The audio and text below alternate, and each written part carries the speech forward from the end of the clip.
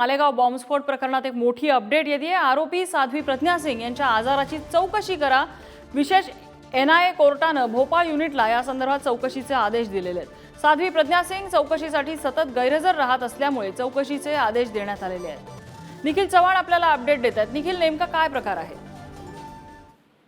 नक्कीच नम्रता, पाहायचं झालं तर मालेगाव बॉम्बस्फोट प्रकरणामध्ये आहे ते प्रज्ञा साध्वी हा मुख्य आरोपी आहेत आणि इतर 7 आरोपी आहेत।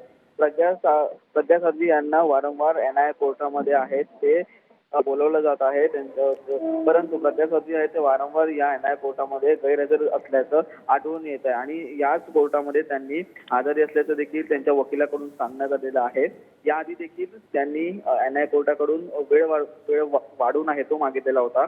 28 मार्च रोजी त्यांनी न्यायालयात हजर राहून वॉरंट रद्द देखील केले होते, परंतु पुढच्या सुनावणीला म्हणजे आजच्या सुनावणीला जर उपस्थित राहिला नाही तर त्यांच्या विरोधात अजामीनपात्र वॉरंट जारी करण्यात येईल असं देखील सांगितलेलं होतं। त्यातच आज देखील त्या गैरहजर राहिलेल्या होत्या, त्यामुळे आता हे जे वॉरंट आहे ते देखील जारी करण्यात आलेलं आहे आणि त्यामध्ये त्यांची जे आजारपण आहे कोणत्या आजारामुळे त्या या कोर्टामध्ये उपस्थित राहत नाहीत अशा संदर्भातल्या आजाराची जी चौकशी आहे, चौकशीचे आदेश आहेत ते आता कोर्टाने दिलेले आहेत। NIA कडून ही जी आता चौकशी आहे ती आता करण्यात येईल। निखिल, धन्यवाद या माहितीबद्दल।